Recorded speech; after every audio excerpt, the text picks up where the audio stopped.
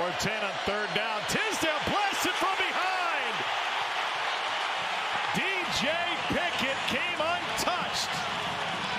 Second sack of the night for LSU, and the Hilltoppers lucky Tisdale held on to the football. Corner. We call that cat when it's just one guy coming. Cowboy would be corner and the will linebacker.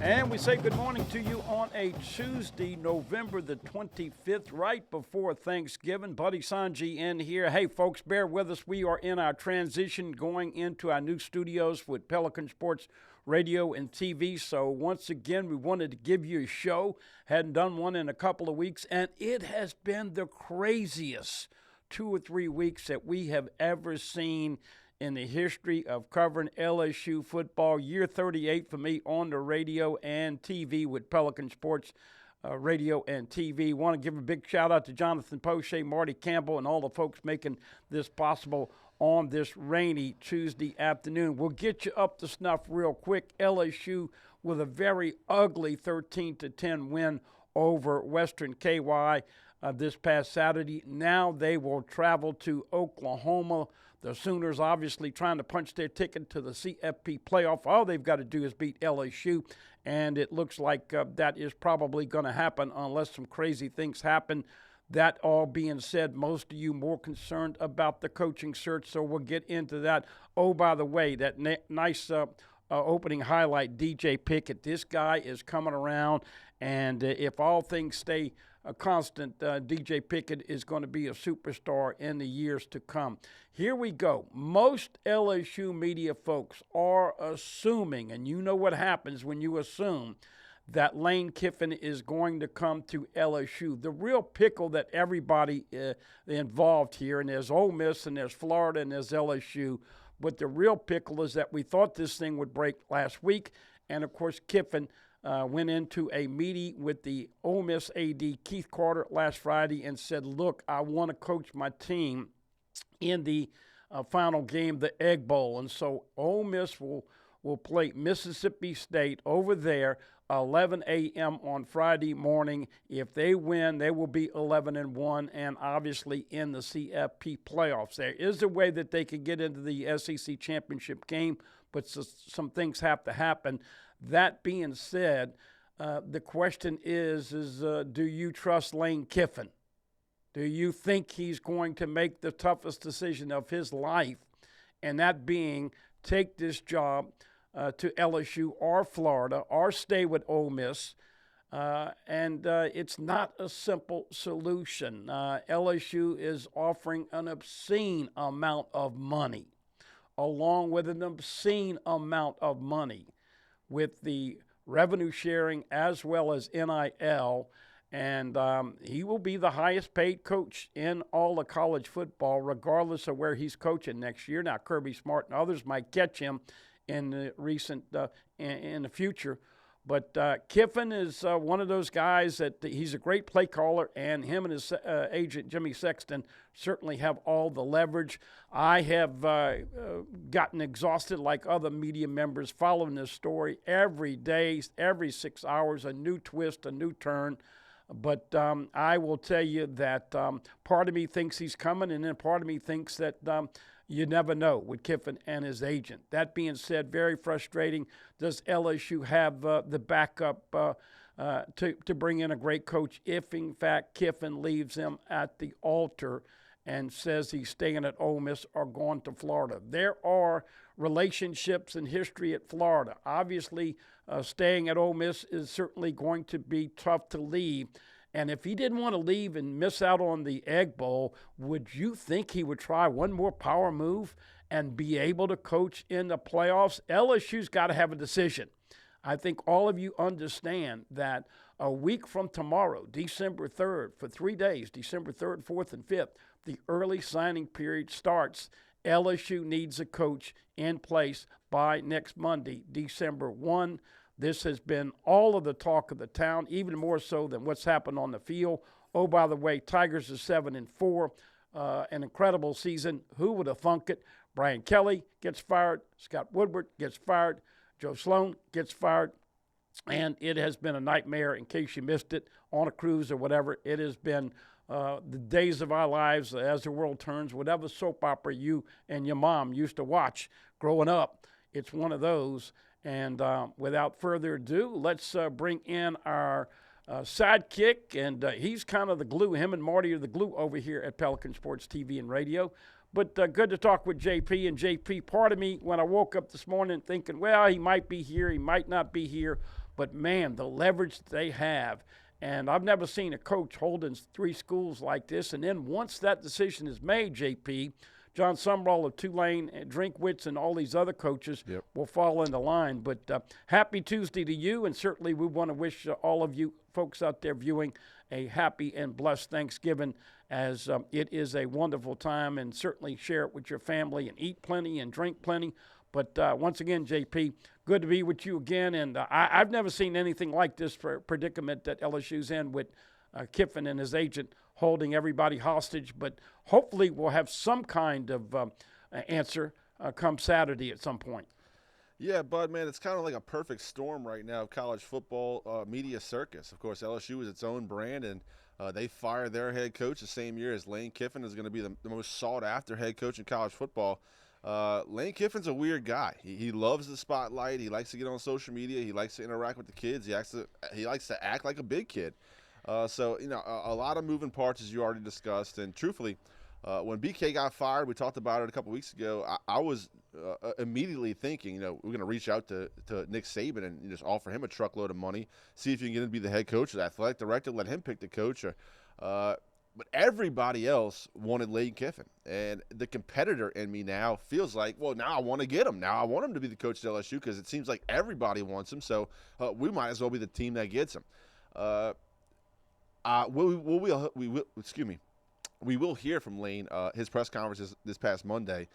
He was asked at least 3 questions about his future. Of course, he started the press conference by saying we're not going to address questions outside of this year, this team, this season in the Egg Bowl. But all the media in Oxford, Mississippi, obviously wants to know that the decision moving forward with Lane Kiffin as well. So you'll get to hear him dodge some questions, talk about what it's like coaching these kids in this new age of NIL and how it's kind of unfair for these kids during these coaches change. So, yeah, I'm ready for an answer, Bud, man. You mentioned the early signing period. That's a big deal for LSU. Got to get their foot in the door with a new head coach, a new regime, and hit the ground running. And I wore my shirt today. I don't know if you can make it out. Little flowers on here because I want to give Coach Frank Wilson his flowers. LSU now won the last 2 games, squeaked by Arkansas by 1 point, and survived Western Kentucky. I can't believe that's a real statement, but they survived Western Kentucky. But losing is a mindset, just like winning is a mindset. It would have been easy for LSU to roll over. They have nothing real to play for this season. They're going to be in some meaningless bowl game at the end of the year. But Frank Wilson, you can tell how much this opportunity has meant to him as an LSU Tiger. The players are absolutely playing hard for them. Michael Van Buren, even though he struggled against Western Kentucky, has started to kind of understand his role in this team. It was senior day this past Saturday, so you got to say goodbye to a bunch of guys that gave it all for the purple and gold. So on top of, Coach Jay Johnson had his wrap-up press conference for fall baseball. So if we have time in this show, we're going to hear from Coach Frank Wilson. We'll look at some highlights from Western Kentucky game. We'll also hear from Coach Brett Venables from the Oklahoma Sooners. And we'll also hear from Coach Lane Kiffin.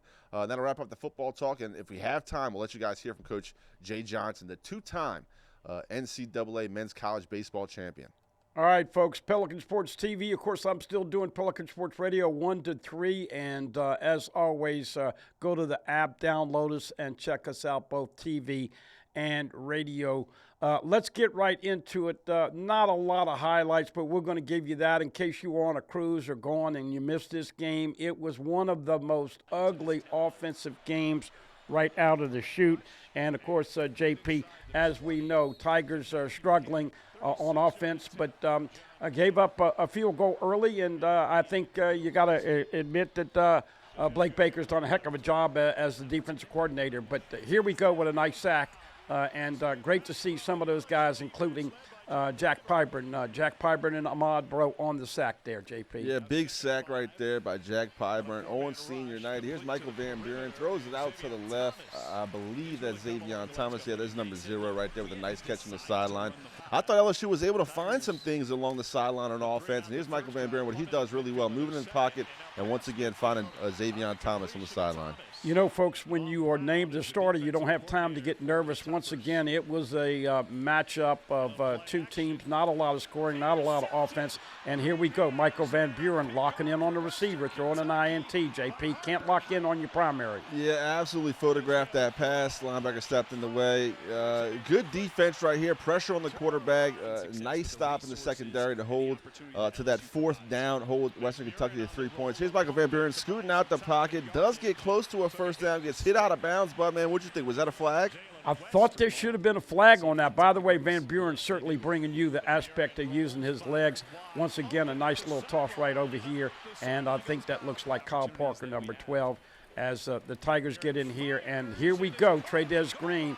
Can you believe it? It's taken him this long to realize he is a monster inside the red zone. Michael Van Buren, 25 for 42, did have the interception. That was the 1 touchdown to Big 14. Here is a nice return right here.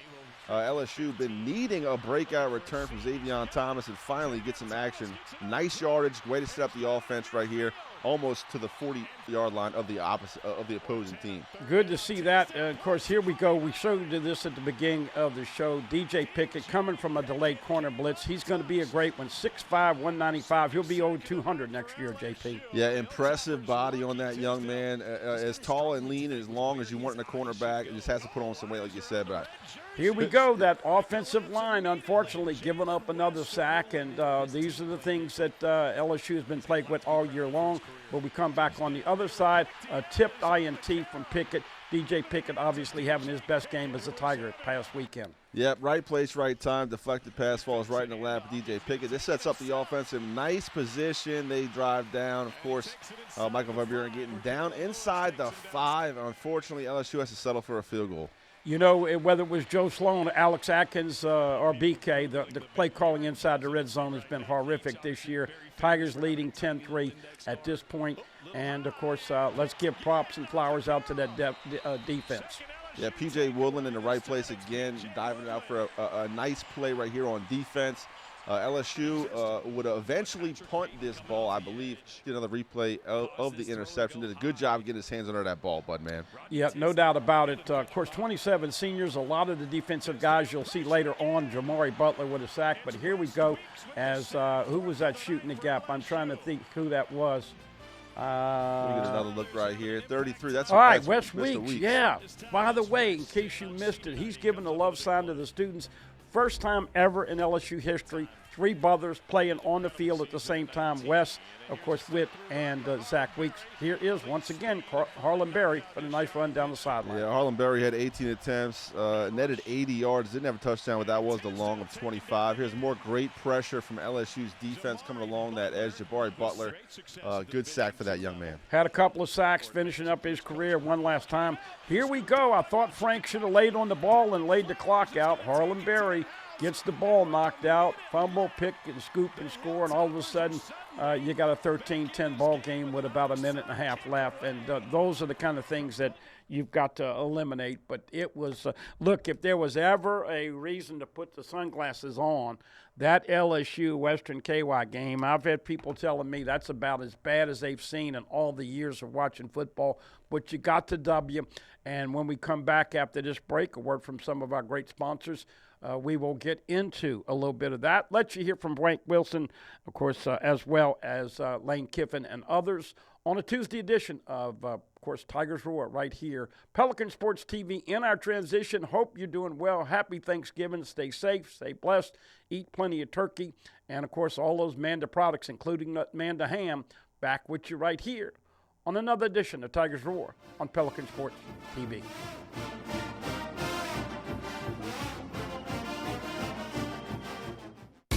Happy Honda Days are here at Team Honda, and that means tremendous savings. Right now, make no payments for 90 days on every new Honda. Plus, get clearance pricing on select new Hondas all during Happy Honda Days, right here at Louisiana's #1 Honda dealer, Team Honda.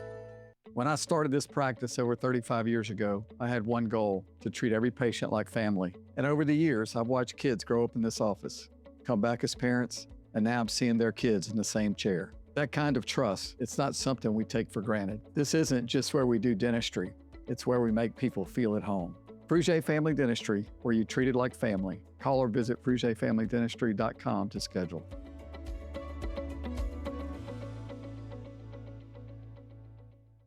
Visit Treads & Care Tire Company's new location on Hooper Road in Central. Locally owned for over 50 years, Treads & Care is known for quality automotive repair and top-notch customer service. I'd like to invite you to come out and see us at our new location in Central. You can't smell it, but you can almost taste it. And whether it's for a family get-together or a game day feast, having Manda in the mix always sounds good.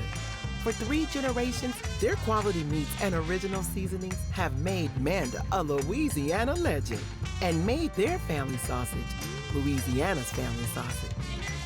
Manda Fine Meats, the flavor says it all.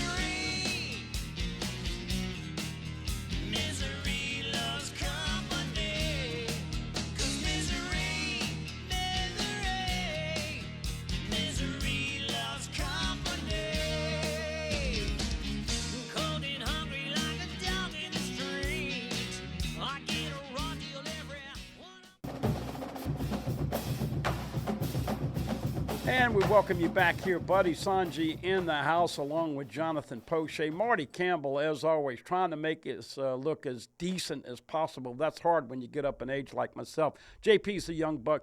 JP started talking about Frank Wilson, and I think that all of us need to give much respect and praise and flowers, as JP alluded to, with the job that Frank Wilson has done. He was asked at the press conference yesterday, how do you continue working? How do you continue recruiting? He said, look, we're professionals. This is what we get paid for, but it's got to be tough for everybody in that building, players, administrators, assistant coaches, mamas and daddies. No one knows that future. And JP,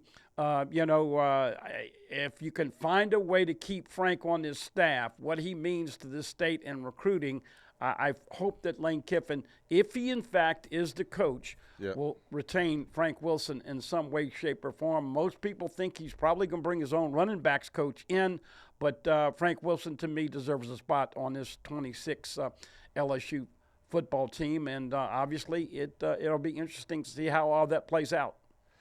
Yeah, Bud, man, I couldn't agree more. You got to keep Coach Frank going for at least recruiting.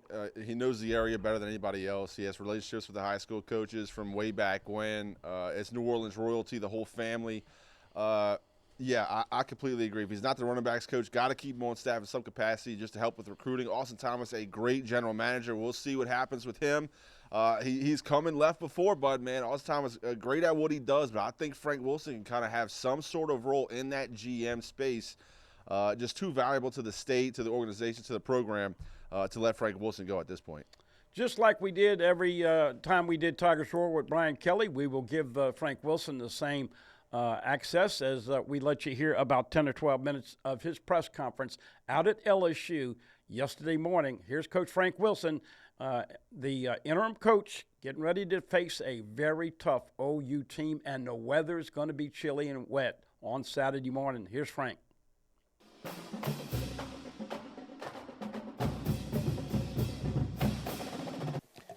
All right, first of all, I'd like to start off by saying what a time it is as we approach what is a Thanksgiving holiday season for our team and for everyone. An opportunity just to be thankful for all that we have. It's a special time of the year, and certainly we have a lot to be thankful for.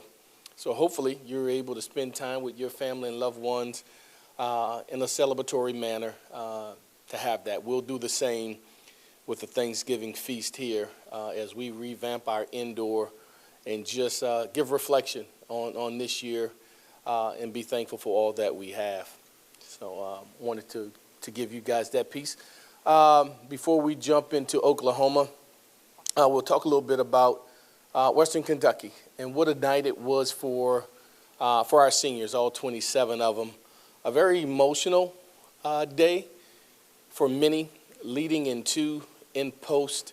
I know some of you may have seen the deal with Wes Weeks and Garrett Nussmeier at the very end, and this was late, at least an hour after the game, still in the stadium. And we, I shared with our team, take it in, soak it in. When you go down that Tiger Walk down Victory Hill, reflect on that, because it will be your very last time as a player to walk down there, and enjoy it. And so I don't want you with your headphones on and your shades and you're kind of looking into the skies, but really take it in and recognize how fortunate you are to have this opportunity, and the fan base who came out there to celebrate you, to cheer you on, to acknowledge them, not what your little pieces in your ear, but the acknowledgement of thank you. Thank you for your support over the years. Thank you for being here for us.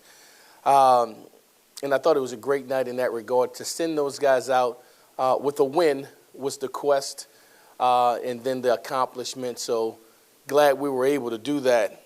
That was done by stellar play and arguably the best defensive output in some time. A second half where you hold an opponent less than 20 yards in totality.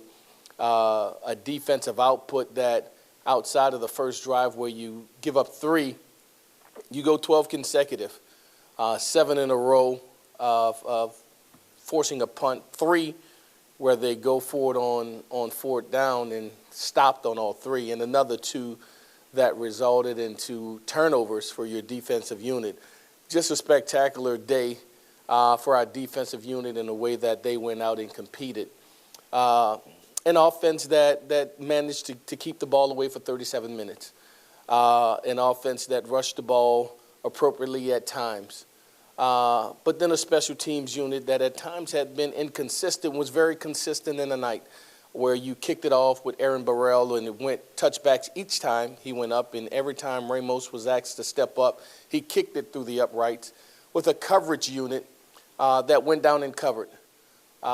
With Chadwick punting the ball inside the 5 and 10 yard line, things that sometimes get lost that are so critical as you go back and forth in this thing we call chess, trying to remedy and figure out field position, start and finish for both offense and defense.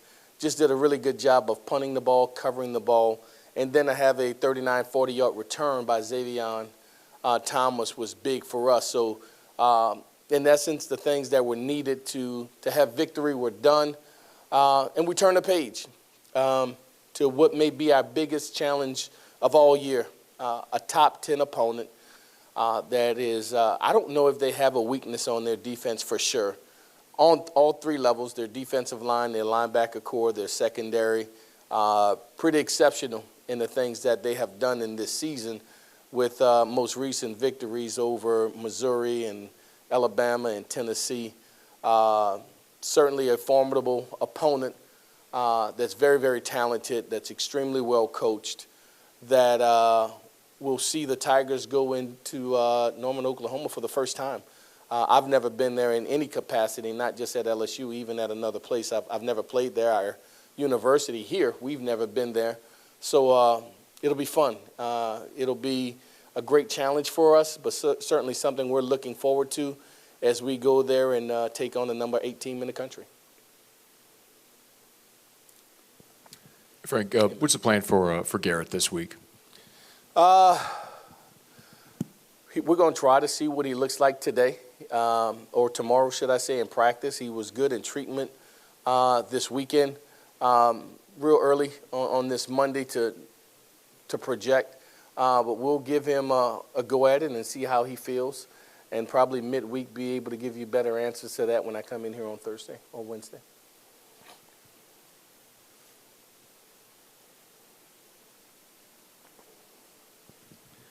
Frank, after looking over the film, not just from this past game, but maybe the past few games, what do you think y'all can do here against Oklahoma to maybe have a better chance on that side of the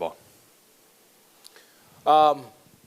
I think we look at who we are as a team. I think we cater to the strength of our personnel and our team, and we position our team to try to get points on the board, however that may be. It's a tall task, but it's something that we recognize that will have to come into fruition to allow us to have success in winning this game. Again, they're very stout in the run game, as you saw with the leading rush team in Missouri, and their back was held to 57 yards or so after coming off a 300-yard game. They're pretty stingy when it comes to their defensive front, and they're pretty nasty on the back end as well as they contest passes. And so from a game plan standpoint, we're in the primary stages of trying to figure that out. Where does the opportunity lie where we can create a touchdown for us? And so we'll see what that looks like as the week unfolds. Yeah, Frank, are they just so sound defensively? As you said, all three levels. It looked like Missouri had a hard time finding spots as well. Is that it, or is it talent? What sets their defense apart? I think they're talented. I think they have depth with their football team. You're talking about. I don't know. I don't know. They're 8-4, 6-6, whatever they went last year, and they built on it. They addressed some of the needs within their team, but a lot of it is with the guys they had from a year ago, and they got better.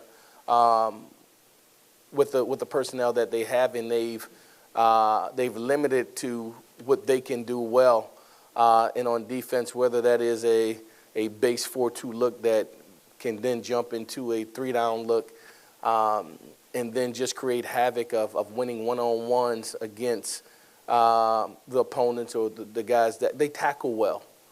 All right, and so it's one thing to be able to put a guy in place, but you got to get him to the ground. And so they've done a good job of tackling in space and getting guys to the ground. And it's not so spectacular that they're going to do something that's unusual. 4-2 defense is 4-2 defense. 3-down Okie defense is 3-down Okie defense. And so your ability to win your one-on-ones, to break a tackle, to put yourself in position to go score is the charge. All right, so it won't get to a point where we have no idea where they're at. We just have to be able to create matchups where we win our one-on-ones at times. I guess I'll do all the injuries. How did Whit feel after Saturday? Can you confirm Caden Durham? I think you said it might be a concussion post-game. Then Braylon Moore, Ori Williams, and Tyree Adams after he had the tightrope. There was a possibility he could come back by the end of the season. Is he doing anything? So those five, if you would. Yeah. Let me go one by one for you. No, I'm trying to make sure I don't miss any. You said Ori, Braylon, Kalen, Tyree, and Whit.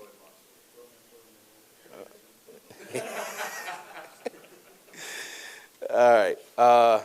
Tyree Adams is progressing. Have a chance, although probably a slim chance to be ready for this game, more likely for the bowl game.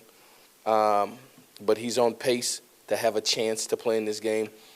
Whit came out of the game feeling good. We wanted to limit his opportunities so that he could be at his best in this game. I'm hopeful that he'll be able to play his best from a health standpoint in this upcoming game. Mansour Delane was good this morning, was good on yesterday's treatment. So we're hopeful that he'll be able to play in full capacity this game. Braylon Moore is doubtful. Williams at this point is doubtful. Caden Durham was more of a neck than concussion protocol. So it was a 5 technique that looped inside and kind of jammed him, short-necked him, if you will. So I think he'll be, he's hopeful on this Monday. I think he'll be ready to go. Probably won't do anything with him Tuesday, may even put a red shirt on him Wednesday just so, you know, those nerves, those muscles in your neck can be very difficult to overcome. But I think he'll be ready to go. And the last would be Aaron Anderson, who's gotten good treatment, and he'll be hopeful as well. We'll see how this week goes with Aaron Anderson. So the long shots are Ori and Braylon Moore. Then next is probably Tyree. I think I feel good about the others thus far at this point in the week. Hey, Coach, as the week goes on, there may be a lot of news swirling about who's the coach going to be and all that stuff. Yeah. Do players just want to play football? Do you think they pay attention to the outside world, or and how do you handle that? Yeah, I think they want to play football. I think they live in a social media world where it comes toward them. But that's the uncontrollable. We can't control those things, and so I encourage them to control what you can control. And what we can control and what this game will become, even not so much about Oklahoma, but about us, right? These self-inflicting things that we have done, continue to do. How do we rid ourselves of these habits that's been habitual for the length of time? They're not new. You know, we have the same players. We have some of the same issues, and in some areas we've seen dramatic improvement. Again, when you look at what we've done 2 weeks ago to this past week in a special teams unit, when you look at these last couple of weeks and since we've instilled these 9-on-7 things, what it's done for the mantra of our defense, if you will, and their want to and salivating to go hit somebody, that's been an awesome thing. And at times we have matched it offensively. We just need to have a consistency.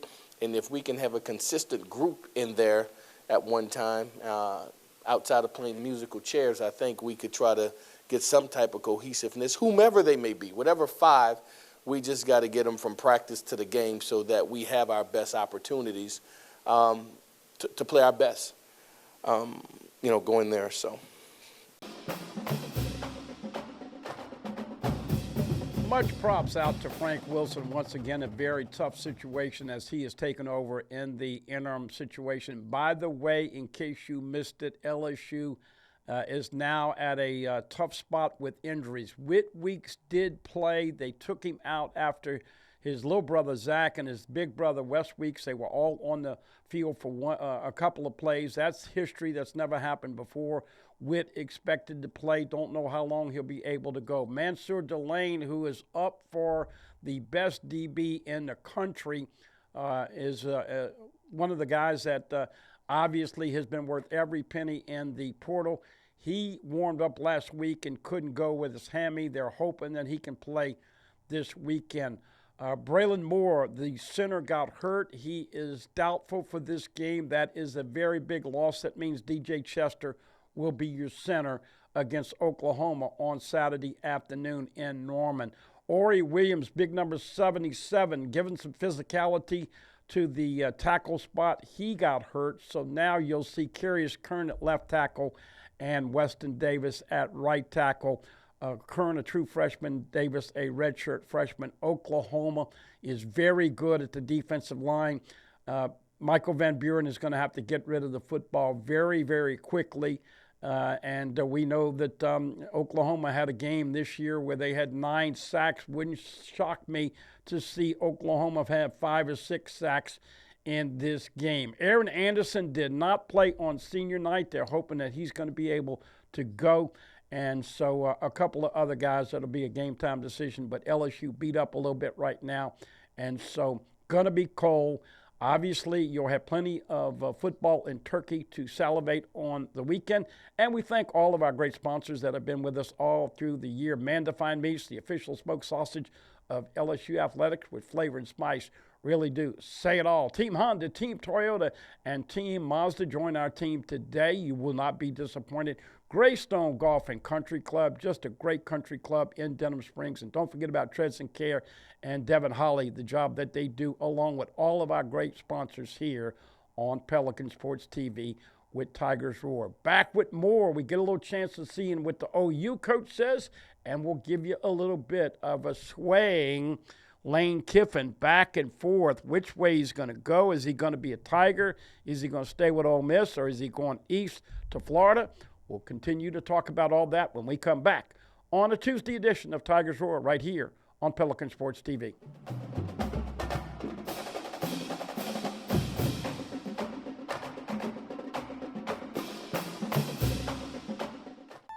Tremonti's has meat. Tremonti's has seafood. Tremonti's has much more. Tailgating and home gating platters. Huge wine and liquor selection. Beer and all the spices you need. Chairman Reserve and Wagyu meats. Ribeye rolls, shrimp rolls, kebabs. 20 flavors of sausage for the grill. Daily lunch specials and game processing. On-site catering also available. Good meat ain't cheap and cheap meat ain't good. Visit Tremonti's.com.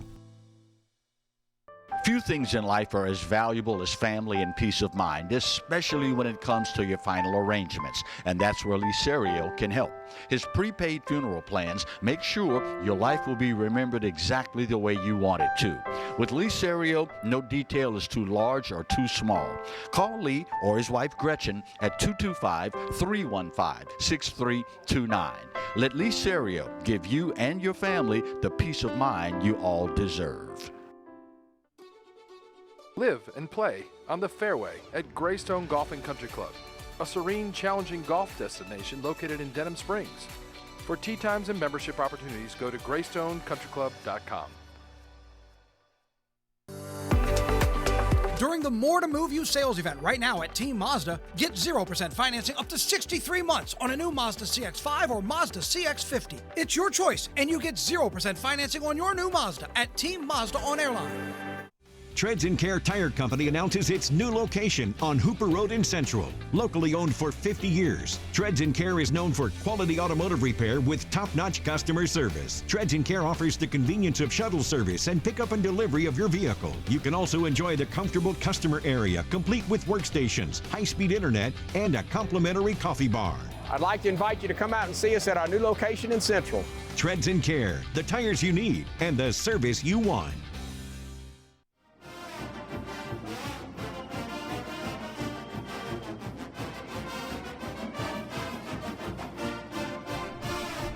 And we welcome you back here on a rainy Tuesday afternoon. As always, once again, we want to reiterate to all of you, hang in there with us. We've had a little transition, moving our locations with Pelican Sports TV and radio, but we're going to be with you.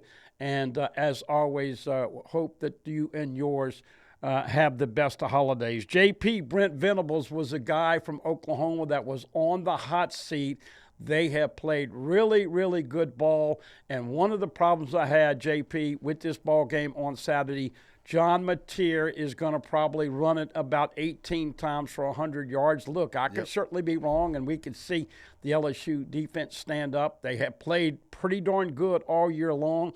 But your take on this LSU-OU game, cold and chilly and rainy at their place, with LSU banged up on the offensive line. I'm not trying to be a negative Nelly before Thanksgiving, but if this would be a colossal upset if LSU was able to go in there and win this football game. I just don't see it right now. Maybe you've got a different view. No, but, man, we're on the same page. John Mateer, obviously a great quarterback for Oklahoma, but this team is built on defense. Brett Venables, a long-time defensive coordinator for all those Dabo Swinney teams. He knows what he's doing, has a lot of experience as defensive coach. This defensive front is very good for Oklahoma. They've been good all year. Unfortunately for LSU, it's just a bad time to catch them. No Braylon Moore hurts the worst. This offensive line's been kind of piecemeal the entire season. You know, what five is going to play on any given Saturday? But this is going to be a tough test. And John Mateer, not only with his legs, but he also throw the ball around. In Norman, going to be rough weather. Yeah, I agree, Bud, man. I'm thinking Oklahoma by a lot.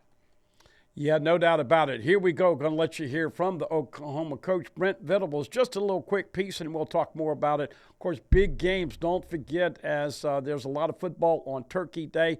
And the one you want to watch Friday morning in the Egg Bowl, Ole Miss at Mississippi State, 11 o'clock. Georgia at Georgia Tech. And then in the nightcap, Texas A&M at Texas. Some great games that will certainly shape who is going to be in the SEC championship game. Here's Brent Venables, the OU coach.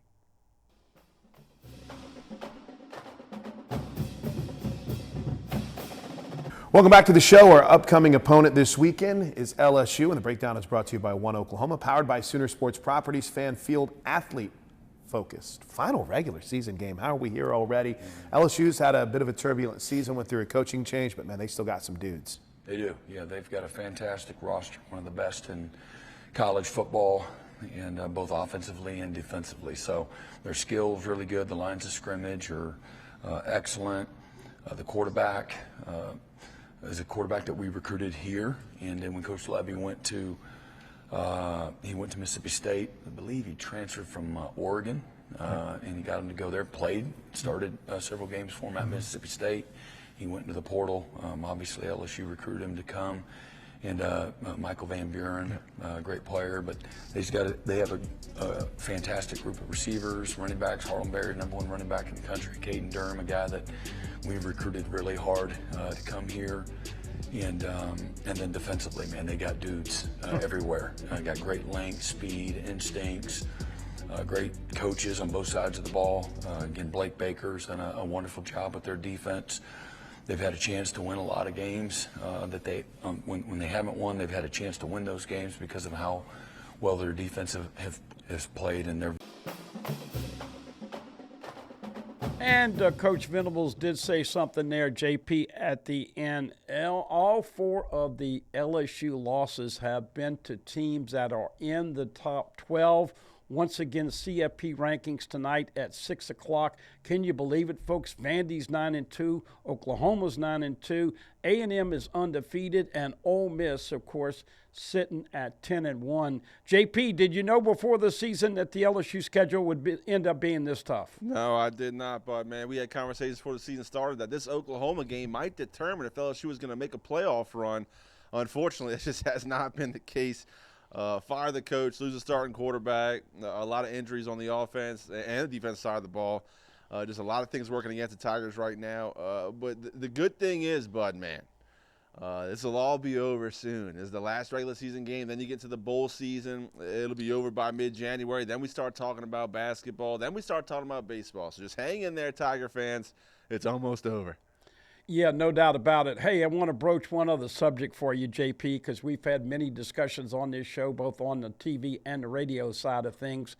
But Garrett Nussmeier has not played in the last couple of games. Yep. And right now there's no definitive. I just don't see any reason that Nuss is going to play in this game. No. You don't have Braylon Moore. You don't have your starting tackle and Ori Williams. And so you need somebody that's going to be able to avoid the rush. I wouldn't mind see LSU calling some quarterback draws, but you got to get rid of it quicker. But I got a feeling that we've seen our last episode with Garrett Nussmeier playing for LSU. He's got to, at this point now, take care of what's best for him. And it's kind of a shame. I wanted to see him dress out and maybe take the final snap in the victory formation, but obviously that did not pan out. But Nussmeier, how will people remember his career in your opinion? Man, it's almost like what could have been. The 1 year he was a starter last season, he put up all kinds of numbers, had the yards, had the touchdowns, his interceptions were up, but we figured as fans and media that kind of would work itself out in his second year as a starter. Fifth-year senior, had all the experience you could ever want. I mean, the story writ itself. He waited behind Joe Burrow, he waited behind Jayden Daniels. It was finally his turn. He loved LSU. He wanted to be here. I wanted success for Garrett Nussmeier personally. I mean, I wanted him to do well. I like the things he said off the field as a believer in Christ and wanting the platform of having all the success just so he could share the good news about our Savior. I thought that was a very mature take, and I thought a lot about Garrett Nussmeier. Flip the script. We talked about this a little bit a couple weeks ago. Going into that Kansas State game, a bowl game 4 years ago, Garrett Nussmeier protected the red shirt. John Trey Kirkland had to play quarterback. LSU loses the game to K-State with only, I think they had 30 players on scholarship at the time. So it's been tumultuous for sure. A guy that bled purple and gold, a great leader in the locker room. I know his teammates really cared for him. So you got to take the good with the bad. And these are, 18, 19-year-old, 20-year-old kids that can at some times be inconsistent, not only with their play, but their feelings, their maturity, their outlook on life. A lot of distractions for these college kids. So take it with a grain of salt. Would have loved to see him finish strong as an LSU Tiger, making a play for that push for the playoffs. But unfortunately, it's God's plan, and God's plan is never wrong. Obviously, Garrett Nussmeier went through everything he went through this year for a reason. I really hope he learns from it, grows, and gets an opportunity to play at the next level. Yeah, really well said there. I think that both Jonathan and myself appreciate the spirituality and the belief. And look, Garrett Nussmeier is going to be fine. He did not have the kind of senior year. But, folks, when is the last time you saw a quarterback at LSU stay 5 years? I don't know the next one that's going to stay 5 years. It just is not in the equation of what's going on with college athletics, NIL, transfer portal, all that. Oh, by the way, that little footnote, when Nussmeier sat out in the bowl game against Kansas State, if you played in that bowl game, you would lose a year of eligibility. That's why he didn't play. The NCAA has since changed that rule, and you can play in 4 games during the regular season and the bowl game and keep your red shirt. And so we wish him the best. I think after throwing for 4,000 yards last year, we kind of all assumed it. Mike and I and all the people that went out to fall practice, we thought that they were going to light it up. It just has not evolved, and I still ask this $64 million question. Why did you change the game plans after Clemson? You had a great game plan against Clemson on defense. You had another one on offense where you threw it quickly. LSU threw the football within 2.2 or 2.3 seconds in that Clemson game. Now, we understand now that Clemson ended up being not the team that we all thought. But, JP, I never would have thought it would have gone to hell in a handbasket the way it did after LSU beat Clemson. Had you got the loss to Clemson and 6 straight years with losing, I could have foreseen the craziness. But I don't think anybody saw this, especially when you look at LSU ascending to number 3 and 4 in the polls, 4-0, and then losing the Ole Miss game, and then it's been downhill ever since. But Michael Van Buren, what do you I think they need to give him some stuff that's short and quick. Swing the back out the backfield. Throw the quick slant. Get rid of it quickly. Yep.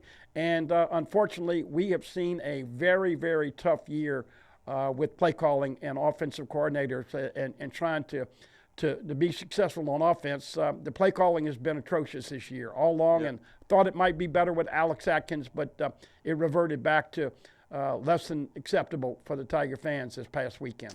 Yeah, I completely agree, Bud, man. And I understand. The interim head coach, Frank Wilson, you fired Joe Sloan, the offensive coordinator, so you're not going to put in an entire new game plan in the middle of the season with the same players. It takes weeks and months to install all your offense. That's why there's OTAs. That's why there's mini camps. That's why there's spring football. So, but I'll say this. I do think that they can get a little more creative with the run game, including Michael Van Buren. You don't have to have the Garrett Nussmeier playbook out there for Michael Van Buren at all times. Make a package where they have for Taysom Hill at the Saints. Like, I'm not saying be so obvious as the Saints use Taysom Hill, but have some type of creativity to let this man use his legs. He's a very gifted runner. He likes to run the football, and it's a vital part of the offense to just keep the clock moving, keep the chains moving, keep that offense for Oklahoma off the field. I think they can have some type – it doesn't have to be an RPO read option, but some type of creativity to get Michael Van Buren moving with his legs.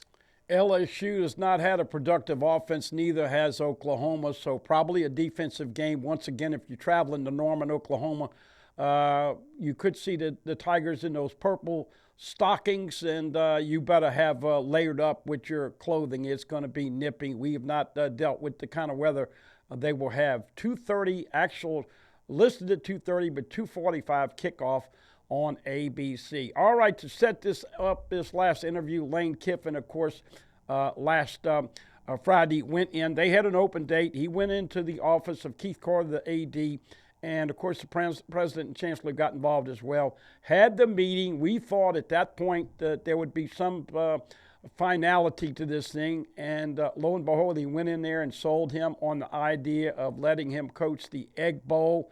Here we go, folks, letting you hear from Lane Kiffin yesterday as the Ole Miss media starting to get and pepper him a little bit more on his future. Here's Lane Kiffin. You'll see him going back and forth, kind of nervous, not poised at the podium. This is a tough decision for everybody. We'll let you judge it, and we'll talk about it when we come back. Lane Kiffin yesterday with the Ole Miss media on a Monday afternoon.